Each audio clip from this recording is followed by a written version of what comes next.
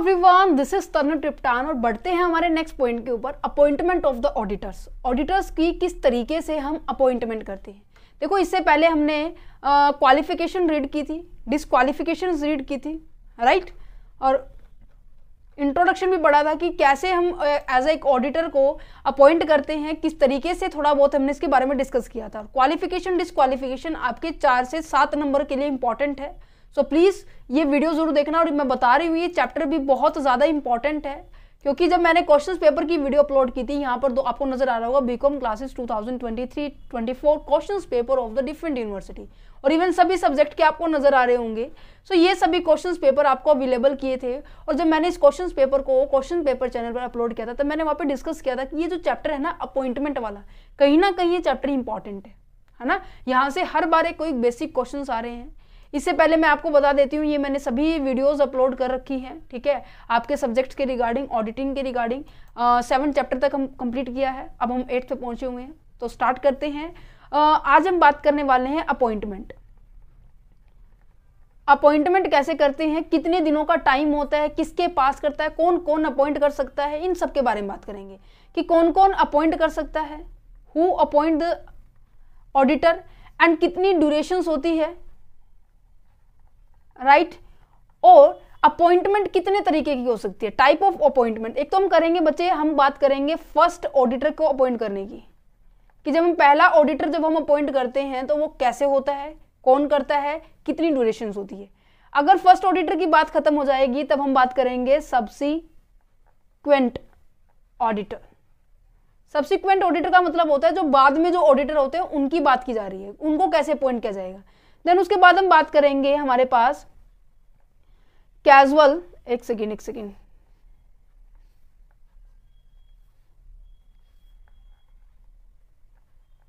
Casual auditor, ठीक है, समझ में आ गया। अब यहां पर कैजुअल ऑडिटर कब होगा, 3 पॉइंट से होगा, एक सिचुएशन को छोड़ के। इन सब के बारे में डिस्कस करेंगे इस वीडियो के अंदर कि अपॉइंटमेंट कैसे होती है, कौन करता है, कितनी ड्यूरेशन में होती है। ओके, तो सबसे पहले देखो, ऑडिटर की जो अपॉइंटमेंट होती है सेक्शन 7 में याद करना, क्योंकि अब बहुत सारी यूनिवर्सिटीज के अंदर ऐसा हो रहा है कि ऑप्शनल आ रहे हैं बच्चे क्वेश्चंस, राइट। तो ऑडिटर का जो अपॉइंटमेंट है वो सेक्शन 139 के अंदर होता है, ठीक है। अब 2 कंपनियां होती है बच्चे, एक तो गवर्नमेंट कंपनी होती है, एक हमारे पास नॉन गवर्नमेंट कंपनी होती है, और एक गवर्नमेंट कंपनी होती है। नॉन गवर्नमेंट कंपनी को क्या कहते हैं, other than the government company, और एक गवर्नमेंट कंपनी तो गवर्नमेंट कंपनी होती है। तो दोनों में सबसे पहले बात करेंगे फर्स्ट ऑडिटर की। सबसे पहले हम other than non government company की बात कर लेते हैं, दैट मीन्स हम बात कर रहे हैं प्राइवेट कंपनीज के बारे में। तो सबसे पहले देखो, bye the board of director, BOD का मतलब होता है board of director. Board of director के पास ही राइट होता है कि वो कंपनी के ऑडिटर को अपॉइंट करे। वो किस तरीके से अपॉइंट करेगा, ये कहते हैं कि within 30 days from the date of the registration of the company की रजिस्ट्रेशन के 30 दिनों के अंदर अंदर बोर्ड ऑफ डायरेक्टर को क्या करना पड़ेगा, उस ऑडिटर को अपॉइंट करना पड़ेगा। लिमिट कितनी है बच्चे, साथ मेरे साथ बोलिए, साथ याद हो जाएगी। विद इन 30 डेज की बात की जा रही है, विद इन 30 डेज किससे, रजिस्ट्रेशन से। मैं कह रही हूं कि आज डेट है, यहां पे ले लेते हैं अक्टूबर की, मैं लेके चल रही हूं, अक्टूबर की आज डेट है 28 तारीख है। तो 28 तारीख के नेक्स्ट 30 डेज के अंदर अंदर आपको ऑडिटर की क्या करनी पड़ेगी, अपॉइंटमेंट करनी ही पड़ेगी, ठीक है। नेक्स्ट अगर बात की जाए तो क्या कहते हैं कि auditor hold the office till the completion of the first annual general meeting. और वो ऑडिटर की ड्यूरेशंस की बात की जा रही है। अगर एक बार आपने ऑडिटर अपॉइंट कर लिया, विद इन 30 डेज भी कर लिया बोर्ड ऑफ डायरेक्टर ने, तो यहां पर अपॉइंट होने के बाद वो नेक्स्ट एनुअल जनरल मीटिंग तक उस पोस्ट के ऊपर काम करेगा। एक ऑडिटर होल्ड द ऑफिस को अंदर बना रहेगा till the completion of the first annual general meeting. Okay, in case में कह रही हूं कि जो आपका बोर्ड ऑफ डायरेक्टर है, अब यहां पे हमने 2 बातें याद की हैं, 30 डेज के अंदर और फ्रॉम द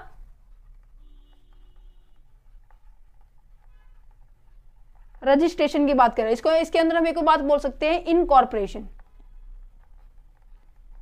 इनकॉर्पोरेशन से या फिर रजिस्ट्रेशन के 30 दिन के अंदर अंदर बोर्ड ऑफ डायरेक्टर को अपॉइंट करना होगा। कौन, ये पर्सन जिसका नाम है auditor.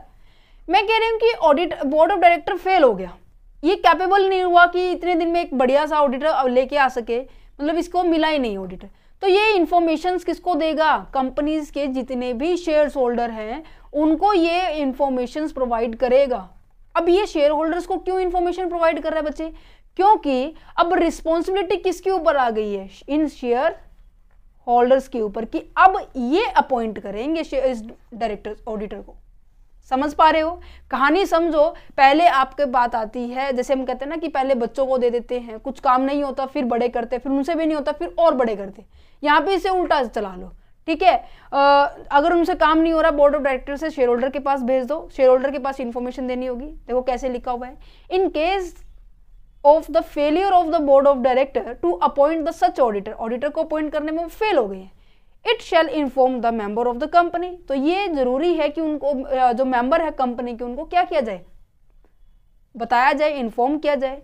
Who shall within the 90 days at the extraordinary general meeting appoint the such auditor. उस ऑडिटर को वो एक्स्ट्रा जनरल ऑडिटिंग मीटिंग के 90 दिनों तक के अंदर अंदर उसे क्या करना पड़ेगा, उसे उस ऑडिटर को अपॉइंट करना पड़ेगा। अब इनकी लिमिट कितनी है बच्चे शेयर होल्डर की, वो 90 days की बात की जा रही है, और वो होल्ड करके रखेगा ऑफिस को till the conclusion of the first annual general meeting. पहली एनुअल जनरल मीटिंग की बात की जा रही है इसके अंदर, first annual general meeting.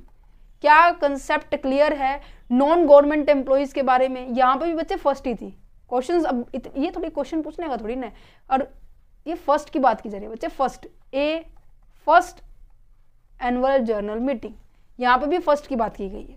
Okay, अब मैं बात करती हूँ आपकी गवर्नमेंट कंपनीज के बारे में। गवर्नमेंट कंपनीज के अंदर भी हमें फर्स्ट ऑडिटर ही अपॉइंट करना है। तो यहाँ पर सबसे पहले किसको राइट होता है, comptroller and the audit journal की बात की जा रही है, जिसको हम किस नाम से जानते हैं, CNAG के द्वारा क्या कौन करता है, फर्स्ट ऑडिटर को अपॉइंट करता है। इसके पास ड्यूरेशन कौन सी होती है, within 60 day from the date of the registration of the company. कहने का मतलब कंपनी बनी आज, और आज के बाद 60 दिनों के अंदर अंदर उस पर्सन को CNAG को ये पर्सन अपॉइंट करना पड़ेगा, क्योंकि गवर्नमेंट होगी ना, तो पहले गवर्नमेंट को अधिकार देंगे ना, ये एक सरकारी आदमी होती है, ठीक है, जो इसके ऊपर कंट्रोल रखते हैं। मैं कह रही हूँ कि इन केस अब इनके पास भी CNAG के थ्रू भी पर्सन अपॉइंट नहीं किया गया, मीन्स कि ऑडिटर करने में ये फेल हो गया, तो ये इन्फॉर्मेशन किसके पास भेजेंगे, अब ये इन्फॉर्मेशन बोर्ड ऑफ डायरेक्टर के पास भेजेंगे। समझ पा रहे हो, अब यहाँ पर सबसे पहले बोर्ड ऑफ डायरेक्टर था, क्योंकि यहाँ पे कोई गवर्नमेंट पर्सन नहीं था, यहाँ पे सीधा बोर्ड ऑफ डायरेक्टर थे। अब यहाँ पे गवर्नमेंट पर्सन के बाद सीधा बोर्ड ऑफ डायरेक्टर के बाद आ रहे हैं। अब ये कहते हैं कि by the board of director CNAG does not appoint the such auditor within the said period. अब सेड पीरियड कौन सा है बच्चे, याद रखना 60 days। 60 days के अंदर CNAG अगर अपॉइंट नहीं कर पाया तो बोर्ड ऑफ डायरेक्टर्स उन्हें अपॉइंट करेंगे with in the next 30 days। Means कि 60 days तो आपके CNAG के थे, राइट, और नेक्स्ट 30 days का मतलब है प्लस 30, मीन्स कि टोटल 90 days के अंदर अंदर वो ऑडिटर अपॉइंट होना चाहिए from the date of the registration of the company. समझ में आ गया। देखो स्टोरी है, लॉजिक से समझनी होगी आपको, ठीक है। अगर मैं कह रही हूं कि बोर्ड ऑफ डायरेक्टर भी फेल हो गया, वो भी अपॉइंट नहीं कर पाए हैं, ठीक है, तो इस केस में जो बोर्ड ऑफ डायरेक्टर होगा इस इंफॉर्मेशन को कहां प्रोवाइड करेगा, ऑब्वियस ही बात है, जैसे हमने इसमें पढ़ा था, वो शेयर होल्डर को देंगे। If the board fail to appoint such auditor within the next 30 days it shall be inform the member of the company. वो कह रहे हैं कि नेक्स्ट 30 days मीन्स कि 90 दिनों तक वो बोर्ड ऑफ डायरेक्टर भी अपॉइंट करने में फेल हो गए, तो इस इंफॉर्मेशन को पास आउट करो भाई अपने शेयर होल्डर्स के पास। अब उनके पास अधिकार है कि उस डायरेक्टर को वो क्या करेंगे, अपॉइंट करेंगे। समझ पा रहे, अब ये आ गए हैं इनके ऊपर रिस्पॉन्सिबिलिटी, और इनको वही same as it is time limit दिया गया है within 60 day at the extraordinary general meeting. अब यहाँ पर मैं कंक्लूजन ड्रॉ कर देती हूँ जिससे आपको थोड़ा सा आसानी हो जाएगी, ठीक है। के अगर बात की जाए नॉन गवर्नमेंट कंपनी की, तो सबसे पहले बोर्ड ऑफ डायरेक्टर आएंगे, देन उसके बाद शेयर होल्डर आएंगे। इनके पास लिमिट थी 30 days की from the date of the registration, और इनके पास थी 90 days की। क्या हमने यही डिस्कस किया अभी ऊपर, देखो with in 90 days at the extraordinary general meeting, right. अगर मैं बात करूं गवर्नमेंट कंपनीज के बारे में, गवर्नमेंट कंपनीज के बारे में, तो सबसे पहले C&AG अपॉइंट करेंगे विद इन 30 डेज की बात की जा रही है, 60 सॉरी यहाँ पे 60 था, 60 डेज की बात की जा रही है, 60 डेज के अंदर वो अपॉइंट करेंगे। देन उसके बाद बोर्ड ऑफ डायरेक्टर अपॉइंट करेंगे नेक्स्ट 30 डेज की बात की जा रही है, दैट मीन्स टोटल यहाँ पर 90 डेज हो गए हैं। अगर यहाँ पर बोर्ड ऑफ डायरेक्टर अपॉइंट ना कर पाए, सफल ना हो पाए, तो शेयर होल्डर के पास ये राइट होता है कि वो 60 डेज के अंदर अंदर उस ऑडिटर को वो अपॉइंट करे। समझ में आ गया, ये था पूरे पॉइंट्स का कंक्लूजन। अब ये याद रखना, यहाँ पर थी फर्स्ट एनुअल जर्नल मीटिंग, यहाँ पर इसको यहाँ पर होल्ड करने का टाइम था first annual journal meeting, but वो एक्स्ट्रा ऑर्डिनरी जनरल मीटिंग से वो अपॉइंट करेंगे। और यहाँ से था रजिस्ट्रेशन से, from the date of the registration, from the date of the registration, बाकी चीजें सेम थी, राइट। आई होप समझ में आ गया होगा ये पॉइंट। चलिए बढ़ते हैं नेक्स्ट पॉइंट के ऊपर। ये तो हो गया बच्चे फर्स्ट ऑडिटर को अपॉइंट करने के बाद, जो मैंने अभी आपको यहाँ बताई थी कि हम सबसे पहले फर्स्ट ऑडिटर को करेंगे। अब उसके बाद हम कर रहे हैं कि हमारे पास सब्सिक्वेंट जो ऑडिटर्स होते हैं, जो बाद के ऑडिट्स होते हैं कंपनी, गवर्नमेंट कंपनी के लिए, उनकी बात की जा रही है। तो responsible to appoint the auditor और the audit firm within a period of the 180 days from the commencement of the financial year. यहाँ पे ये लाइन इंपॉर्टेंट है, उम्मीद करती हूँ आप समझ पा रहे हो कि जो इंपॉर्टेंट है मैंने उसको पहले ही हाईलाइट किया हुआ है, बट मैं फिर भी थोड़ा और हाईलाइट कर देती हूँ कि जो सब्सिक्वेंट जो ऑडिटर्स है, इनकी जो अपॉइंटमेंट है 180 दिन के अंदर अंदर होनी चाहिए फाइनेंशियल ईयर के स्टार्ट होने से, ठीक है, from the commencement of the financial year, commencement होने से, ठीक है। नेक्स्ट अगर बात की जाए appointment of the auditor to fill the casual vacancy. Casual vacancy का मतलब क्या होता है कि मैं कह रही हूँ कि पोस्ट खाली हो गई है, किसी भी कारण से खाली होगी, मैं कह रही हूँ कि उस मेंबर की क्या हो गई है, डेथ हो गई, या फिर मेरे को बाद में पता चला कि वो क्वालिफाइड नहीं था, वो क्या था, डिसक्वालिफाइड पर्सन था, या फिर मैं कहूँ कि कोई और कारण है। बस एक कारण को छोड़कर अगर पोस्ट खाली है तो हम इसको फिल कर सकते हैं। अगर वो पोस्ट उस कारण से, कारण क्या है, वो एक कारण कि आपने रेजिग्नेशन ना दिया हो। अगर रेजिग्नेशन के अलावा सीट खाली है तो आप उसकी अपॉइंटमेंट कर सकते हो, और उसका प्रोसीजर ये रहा, ठीक है। मैं कह रही हूँ कि अगर वो अदर देन गवर्नमेंट कंपनी है, मीन्स कि वो नॉन गवर्नमेंट कंपनी है, तो उसकी बात की जा रही है। सबसे पहले बोर्ड ऑफ डायरेक्टर के बारे में बात की जाएगी। If the post of the auditor has become the vacant due to the reason other than his resignation, such as the death and disqualification, etc., before the expiry of his tenure, मैंने कहा कि उसका जो tenure था, अब देखो मैंने आपको एग्जांपल दिया अक्टूबर का, ठीक है, अक्टूबर की 28 से लिया। मैं कह रही हूँ कि उसका जो टेन्योर था 30 दिसंबर तक का था, बट उसके बीच में ही 15 नवंबर को ही वो उसकी डेथ हो गई है, डेथ मान लेते हैं, या फिर मुझे ये पता चला कि वो डिस्क्वालीफाइड था इस पोस्ट के लिए, तो नॉर्मल सी बात है हमने उसको वहां से हटा दिया, राइट। ये जगह खाली हो गई है, तो इस टेन्योर से पहले ही अगर ये पोस्ट खाली हो जाती है तो इसको फिल करना भी मैंडेटरी है ना। देन द पोस्ट में be filled in by the board of director with in 30 days. तो बोर्ड ऑफ डायरेक्टर उसको क्या करेगा, फिल करेगा उस पोस्ट को। Board of director with in 30 days of the vacancy arise, जिस दिन से वो वैकेंसी खाली हुई, मैंने कहा कि 15 नवंबर को ये वैकेंसी खाली हुई, तो उसके नेक्स्ट 30 डेज के अंदर अंदर आपको वो पोस्ट फिल करनी पड़ेगी, मींस कि 15 दिसंबर तक वो आपके अंदर अंदर आपको पोस्ट फिल करनी पड़ेगी, ओके। वैसे ड्यूरेशन मैंने बहुत नज़दीक ले ली है, 30 दिसंबर, ये 6-7 महीने का फ़र्क होता है इनके बीच में, है ना। तो इस डेट को थोड़ा सा हम आगे एक्सटेंड करते हैं, 30 दिसंबर की बजाय मैं मान के चल रही हूँ अप्रैल मई की बात चल रही है। तो कहीं ना कहीं ये जो ड्यूरेशन है, ये तो है नहीं कि हम इसको खाली छोड़ देंगे, नहीं ना। तो दैट्स अ रीज़न कि हम इस वैकेंसी को फिल करना पड़ेगा। सबसे पहले मैंने बोर्ड ऑफ डायरेक्टर को दिया, बोर्ड ऑफ डायरेक्टर के पास कितना टाइम है, 30 डेज का, ओके। और वो जो ऑडिटर है होल्ड करेगा पोजीशन को till the end of the next annual general meeting. ये पॉइंट आपका पास सेम है। और हाँ, इसके लिए आपको form number ADT 1 must be fill within 15 day passing the resolutions, resolution के पास करने के 15 दिन के अंदर अंदर आपको क्या करना पड़ेगा, ADD 1 का फॉर्म फिल करना पड़ेगा। अब यहाँ पे ऊपर जो कुछ भी नहीं था ऐसा कि हमको फॉर्म फिल करना पड़ेगा, ऐसा करना पड़ेगा, कुछ ऐसा करना पड़ेगा, नहीं, बट यहाँ पर आपको टाइम ड्यूरेशन भी दी गई है, होल्डिंग टाइम भी दिया गया है और आपको फॉर्म भी दिया गया है ADD 1। मैं कह रही हूं कि अगर बोर्ड ऑफ डायरेक्टर फेल हो जाते हैं, मैं फिर वही बात आ जाती है कि अगर बोर्ड ऑफ डायरेक्टर फेल हो जाते हैं तो वो किसको रिकमेंड करेंगे, अपने मेंबर्स को रिकमेंड करेंगे कि आप इस वैकेंसी को फिल करो, ठीक है, एक्स्ट्रा ऑर्डिनरी जनरल मीटिंग के within 30 days from the date of the casual vacancy. Casual vacancy के 30 डेज के अंदर अंदर आपको वो पोस्ट क्या करनी पड़ेगी, फिल करनी पड़ेगी। अब मैं आपको थोड़ा सा अजीब लग रहा होगा ये पॉइंट कि हर बार ऐसे दिन दे देते हैं एनुअल जनरल मीटिंग। अब अगर आप ऐसे एक बारी इसको लिख लेंगे ना कॉपी के ऊपर तो कहीं ना कहीं आपको वो जल्दी याद होंगे। और मैंने इसी तरीके से इनको बायफरगेट किया गया। अगर मैं ये कहूँ ना बुक में देखो तो बुक में देख के तो ऐसे दिमाग ही चकरा जाता है कि इसमें लिखा क्या हुआ है ना। और साथ ही साथ इनको क्या फिल करना पड़ेगा, आपको ADD 1 फिल करना पड़ेगा। विद ADD फॉर्म फिल करने की सेम डेट है 15 डे विद इन 15 डे।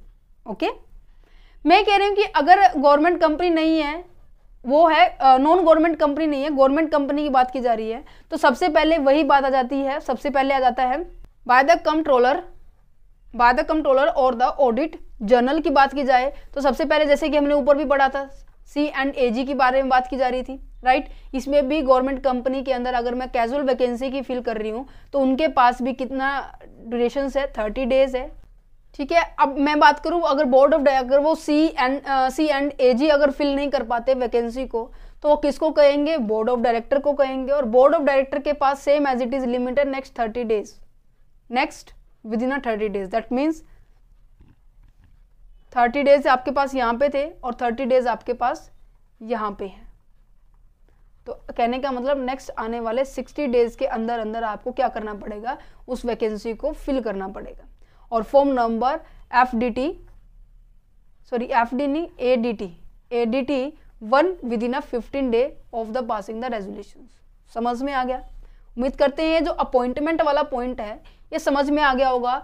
सबसे पहले हमने बात की फर्स्ट ऑडिटर के बारे में। फर्स्ट ऑडिटर के अंदर ये कंक्लूजन ड्रॉ हो चुका है, कहाँ गया ये वाला, कि अगर नॉन गवर्नमेंट कंपनी है 90 डेज की बात की जा रही है, board of director and share holders. और यहाँ पे अगर वो गवर्नमेंट कंपनी की बात की जा रही है तो यहाँ पे 60, नेक्स्ट 30 डेज, फिर 60 डेज। अगर बात की जाए नॉर्मल सब्सिक्वेंट ऑडिटर की तो वहाँ पे 180 डेज की बात की जा रही है। इसका ना कैसे चार्ट बना लेना, देन उसके बाद प्रॉपर बायफरगेट हो जाएगा। और कहते हो तो आप मुझे बता देना, स्पेशल एक और वीडियो हो जाएगी जिसके ऊपर स्पेशली हम चार्ट को डिस्कस कर लेंगे, ठीक है। चलिए जी, अब यहाँ पर समरी दी हुई है, समरी बच्चे आपको खुद पढ़नी है। ये देखो कुछ एक पॉइंट है जो आपको खुद करने के लिए मैं बोल रही हूँ, क्योंकि कहीं ना कहीं ये पॉइंट्स इंपॉर्टेंट रहने वाले हैं और आपको कंक्लूजन ड्रॉ करने के लिए भी हेल्प करेंगे, ठीक है। तो ये वाले पॉइंट आपको खुद पढ़ने हैं। चलिए जी, अब बात आ जाते हैं provisions of the chartered accountant act 1949 relating to the appointment of the auditor. Auditor को जब हम अपॉइंट कर रहे हैं ना, कौन से एक्ट के दौरान, चार्टर्ड अकाउंटेंट एक्ट 1949 के दौरान अगर मैं बात करूं क्या क्या प्रावधान है, क्या क्या सब मतलब आपको रूल रेगुलेशंस को फॉलो करना पड़ेगा। ये टोटल बच्चे आपके पास 6 रूल हैं और इन रूल्स को बहुत अच्छे से करना, क्योंकि 4 नंबर में भी पूछा गया है। एक मैं कह रही हूँ कि पूरा का पूरा चैप्टर, ये जो PDF जो मैं जितनी भी वीडियोस अपलोड करने वाली ना अपॉइंटमेंट के ऊपर, वो सारी की सारी इंपॉर्टेंट, जो अनइम्पॉर्टेंट है मैं उसको नहीं करवाने वाले, ठीक है। तो सबसे पहले हम बात करते हैं कि कौन कौन सा प्रोविजंस है। तो सबसे पहले क्या लिखा हुआ है, the auditor should ensure that his appointment is in accordance with the regulations and whether the provisions of the law relating to the removal of the previous auditor has been compliant with. If the auditor accept the position without the ensuring then that the provision of the Company Act relating to the appointment have been be fully complied with, he shall be guilty of the professional of the misconduct. क्या कह रहा है कि जो auditor है उसकी जो appointment है वो किसके अकॉर्डिंग होनी चाहिए, आपके प्रोविजंस के अकॉर्डिंग होनी चाहिए। देखो मैंने अभी ऊपर बताया कि उसके रूल्स बताए गए कि क्वालिफिकेशंस बताई गई कि ये क्वालिफिकेशंस होनी चाहिए। अगर कोई पर्सन एज ए ऑडिटर आ रहा है उसके अंदर ये इतनी क्वालिफिकेशन होनी चाहिए, कौन पर्सन एज ए ऑडिटर नहीं हो सकता, किन किन बातों का उससे ध्यान रखना चाहिए, इन और प्रावधान भी लिखा हुआ है। जैसे कि नॉर्मल ऐसा होता है कि अगर मैं कहूँ कि प्रीवियस पहले कोई ऑडिटर था, ठीक है, मैं कह रही हूँ कि इस पोस्ट पे पहले कोई मिस्टर राम बैठा हुआ था, मिस्टर राम इस पोस्ट पे था जो कि ऑडिटर के पोस्ट पे था, अब मुझे अपॉइंट किया गया है, ठीक है, इस पोस्ट पे ही, तो मेरी ये रिस्पॉन्सिबिलिटी एक एथिकल कंडक्ट के अंदर आता है कि पहले आप प्रीवियस ऑडिटर को भी नोटिस सेंड किया जाए कि आपकी पोस्ट पे मैं आ रहा हूं और जितना आपने काम किया है उसके लिए आप रिस्पॉन्सिबल है, मैं रिस्पॉन्सिबल नहीं हूँ। होता है ना, इवन जैसे भी आप कोई भी पोस्ट के लिए जाते हैं तो आप रिस्पॉन्सिबल कब से होते हैं, जिस दिन से आपने ज्वाइनिंग की है ना। तो इसी तरीके से यही बात इसके अंदर लिखी गई है कि आपकी जब अपॉइंटमेंट होना वो किसके अकॉर्डेंस होनी चाहिए, accordance with there is a regulations के अकॉर्डिंग होनी चाहिए। Whether the provision of the law relating to the removal of the previous auditor, चाहे वो प्रीवियस ऑडिटर को हटाने की बात की जा रही है, चाहे नए ऑडिटर को लगाने की बात की जा रही है, वो सारे के सारे अंदर उसमें प्रोविजंस होने चाहिए, उनका पालन किया जाना चाहिए, ठीक है। If the auditor accept the provision without ensuring that the provision of the companies act, ये कह रहे हैं कि अगर बाय द डिफॉल्ट एक ऑडिटर उस चीज को एक्सेप्ट भी कर लेते हैं, मतलब ये देखे बिना कि उन्होंने प्रोविजंस को फॉलो किया है या नहीं किया, उसने सीधा ही डायरेक्ट मतलब एक्सेप्ट कर लिया, तो कहीं ना कहीं गलती किसकी है, बिना प्रोविजन को चेकआउट किए कि ये देखे कि कंपनी ने इसको फॉलो किया है या नहीं किया, मुझे अपॉइंट करने से पहले जो रूल थे, जो रेगुलेशंस थी, जो टर्म है, जो कंडीशन, उनको फॉलो किया है नहीं किया, उनको चेक किए बिना मैं वहां जाके बैठ जाऊं और अपना काम करना शुरू कर दूं, तो गलती किसकी है, मेरी गलती हो जाएगी ना। तो दैट्स अ रीजन कि वो अपने प्रोफेशन पे क्या फील करेगा, गिल्ट फील करेगा कि अगर उन्होंने एज इट इज बिना किसी के ये जांच पड़ताल के विदाउट एंश्योरिंग किए उसने इस चीज को एक्सेप्ट कर लिया। तो पहला पॉइंट ये कह रहा है बेटे, कॉम्प्लेक्स लैंग्वेज है, थोड़ा सा ध्यान से समझना है, ठीक है। नेक्स्ट बात क्या कह रहा है कि according to schedule 1 of the chartered accountant act, if any chartered accountant accept any position which have previously occupied by the another chartered accountant without giving him written notice of the same, then he shall be held the guilty of the professional of the misconduct। पता है क्या कह रहा है, मैंने अभी आपको एक बात बताई कि पहले इस पोस्ट पे राम काम कर रहा था, मैं मेरा एग्जांपल लेती हूँ, मैं कॉलेज के अंदर मेरे कॉमर्स डिपार्टमेंट में जाने से पहले मुझे पता चला कि यहाँ पर मिस्टर राम काम कर रहे हैं, मेरे आने से पहले, अब मैं काम कर रही हूँ, ठीक है। यहाँ पे पहले मिस्टर राम थे, अब तन्नू आ चुके हैं, ठीक है। अब तन्नू की मेरी रिस्पॉन्सिबिलिटी ये है कि मैं पहले वाले पर्सन को नोटिस दूं कि आपकी पोस्ट पे मैं काम कर रही हूँ और इस यहाँ तक का जितना भी काम है उसके लिए आप जिम्मेवार हैं, मैं नहीं हूँ। अगर मैं बिना नोटिस के दिए मैं सीधा वहां पे काम करना शुरू जाऊँ तो कहीं ना कहीं गलती मेरी होगी बच्चे, ठीक है। तो यहाँ पे इस पूरे पैराग्राफ में ये लिखा हुआ है कि आपको जो पहले वाले जो ऑडिटर हैं, जो अनदर चार्टर्ड अकाउंटेंट थे, मैं उसको बिना कोई नोटिस दिए, कोई रिटर्न नोटिस दिए मैं उस काम पे काम करना शुरू कर दूं तो कहीं ना कहीं गिल्ट फील मुझे ही होगा, उसको नहीं होगा, ठीक है।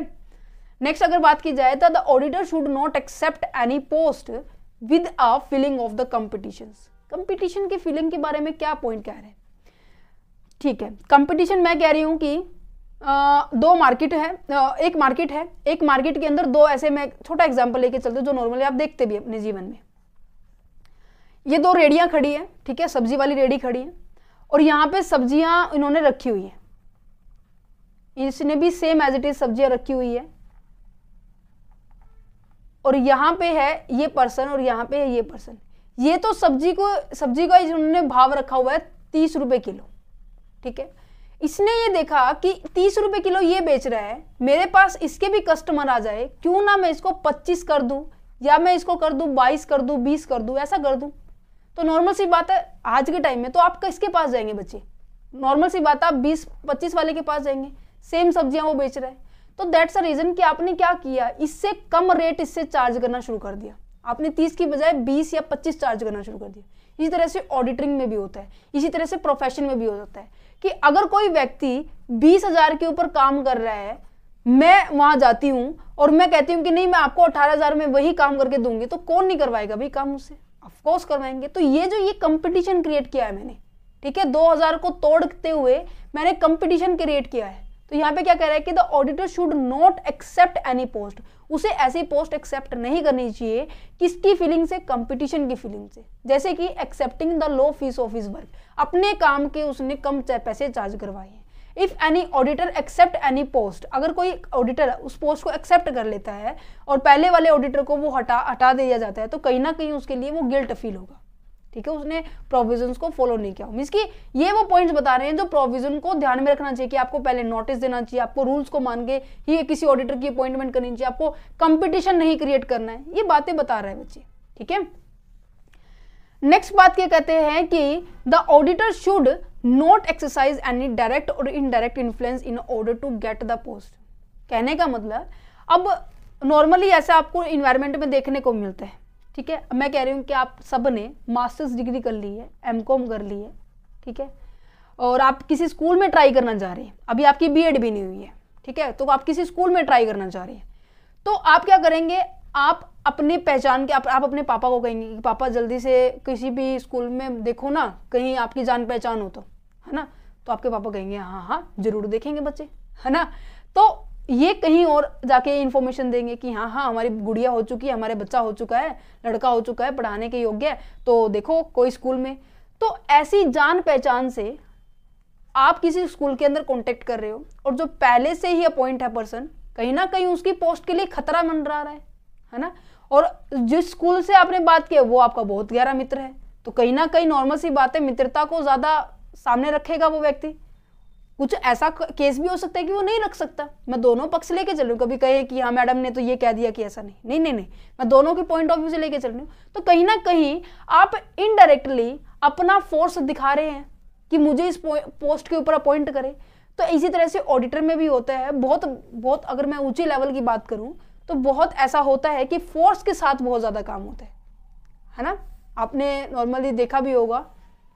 तो यहाँ पे कहते हैं कि the auditor should not exercise any direct और indirect influence in order to get the post. अपनी पोस्ट को प्राप्त करने के लिए आप कहीं ना कहीं डायरेक्ट और इनडायरेक्ट उसके ऊपर प्रभाव ना डालें, और नेवर रिक्वेस्ट एनीबडी, किसी को भी रिक्वेस्ट भी ना करे फॉर हिज अपॉइंटमेंट, कि वो अपनी अपॉइंटमेंट के लिए आप किसी से भी रिक्वेस्ट ना करें। If we make any effort, अगर आप किसी भी तरह का एफर्ट करते हैं उस पोस्ट को पाने के लिए, तो कहीं ना कहीं आप उस चीज के लिए गिल्ट फील जरूर करेंगे, ठीक है। नेक्स्ट पॉइंट अगर बात की जाए, he should obtain a copy of the resolutions relating to the appointment. उसकी ये भी रिस्पॉन्सिबिलिटी बनती है कि वो अपनी जो भी वो उसको अपॉइंटमेंट हो रहा है, तो अपॉइंटमेंट लेटर जो होता है ना वो उसको मिले, एटलीस्ट उसे ये पता चले कि इस डेट को, इस तारीख से इतनी सैलरी के ऊपर इतनी ड्यूरेशन के लिए कॉन्ट्रैक्ट क्या है, वो सब उसके बारे में लिखा होता है। तो वो अपॉइंटमेंट जो लेटर होता है, जो कॉपी होती है, वो जरूर ले, ठीक है। सॉरी, नेक्स्ट अगर बात की जाए, ओनली एन इंडिविजुअल और the partnership firm can appointed as the auditor. इस तरीके से एक इंडिविजुअल या फिर पार्टनरशिप वाले फर्म ही अपॉइंट करेंगे। ये कुछ एक बातें थी जो आपको ध्यान रखनी है। सबसे पहला पॉइंट क्या था कि आपको प्रोविजंस को ध्यान में रखना है, ये प्रोविजंस की बात की गई थी इस पॉइंट के अंदर। सेकंड पॉइंट के बारे में बात की गई थी, तो आपको नोटिस के रिगार्डिंग बात की गई थी कि आपको रिटर्न नोटिस देना है। थर्ड के पॉइंट के अंदर बात की गई थी, तो यहाँ पे कॉम्पिटिशन्स नहीं क्रिएट करना है आपको। फोर्थ पॉइंट के अंदर अगर बात की जाए तो आपको डायरेक्टली इन्फ्लुएंस नहीं करना है, इनडायरेक्टली इन्फ्लुएंस नहीं करना है। फिफ्थ पॉइंट आपका था कॉपी का, और ये पॉइंट्स आपके इंडिविजुअल और पार्टनरशिप के रिगार्डिंग बात करते हैं। Is it clear? I hope इतना समझ में आ गया होगा ये चैप्टर। अभी इस वीडियो के अंदर हमने डिस्कस किया कि appointment of auditor and the casual vacancy and there is a subsequent auditors को किस तरीके से फिल किया जाता है, और फर्स्ट ऑडिटर की अपॉइंटमेंट कैसे होती है। अब नेक्स्ट वीडियो के अंदर हम डिस्कस करेंगे इसके राइट। यहाँ पर इसके आ जाते हैं राइट बहुत सारे हैं, 8 से 10 राइट हैं। देन उसके बाद हम करेंगे ड्यूटी, और फिर एक वीडियो के अंदर करेंगे हम लायबिलिटी। 1 बाय 1 लगातार ये वीडियो आएंगी, ठीक है, इसमें कोई दिक्कत वाली बात नहीं है। आपके लिए थोड़ी सहूलियत हो जाएगी कि अदरवाइज मैं इसको 1.5-2 घंटे की भी बना सकती हूँ, बट नहीं, एग्जाम के टाइम पे आपको थोड़ा सा इजी करके थोड़ा करके समझाते हैं हम आपको, ठीक है। उम्मीद करते हैं आपके एग्जाम बहुत अच्छे जा रहे होंगे, कुरुक्षेत्र यूनिवर्सिटी के, और आई होप जीजे यूनिवर्सिटी के भी एग्जाम हो चुके हैं। बच्चों के बहुत सारे के कमेंट्स आते हैं, तो मुझे पता चल जाता है। तो उम्मीद करते हैं जो बाकी यूनिवर्सिटी जो बची हुई है उन सबके भी पेपर बहुत अच्छे हों। आप मुझे सजेशन दें कि नेक्स्ट जो कंटेंट है हम किस पे बनाएं, ठीक है, क्योंकि इसके बाद हम जीएसटी और हमारा मैनेजमेंट अकाउंटिंग स्टार्ट करने वाले हैं। साथ साथ स्टार्ट करेंगे अब की बार 2 सब्जेक्ट। देखते हैं फिर कैसे चलता है। उम्मीद करते हैं कि हम जितना करें आपके लिए अच्छा करें, नोट्स आपको प्रोवाइड करें। और हाँ, अगर आप नोट्स लेना चाहते हैं इनके लिए, ये जो ऑडिटिंग के नोट्स आप इनको ले सकते हैं, बट एक छोटी सी अमाउंट हमने रखी है, ₹9 पर PDF की बात की जा रही है, ठीक है, पर वीडियो के हिसाब से। सो आप उनको ले सकते हैं, ठीक है। अगर आप लेना चाहते हैं तो इन्फॉर्मेशन आपको डिस्क्रिप्शन बॉक्स में है, व्हाट्सएप नंबर और ईमेल ID आपको गिवन है। Thank you for watching this video, have a nice day.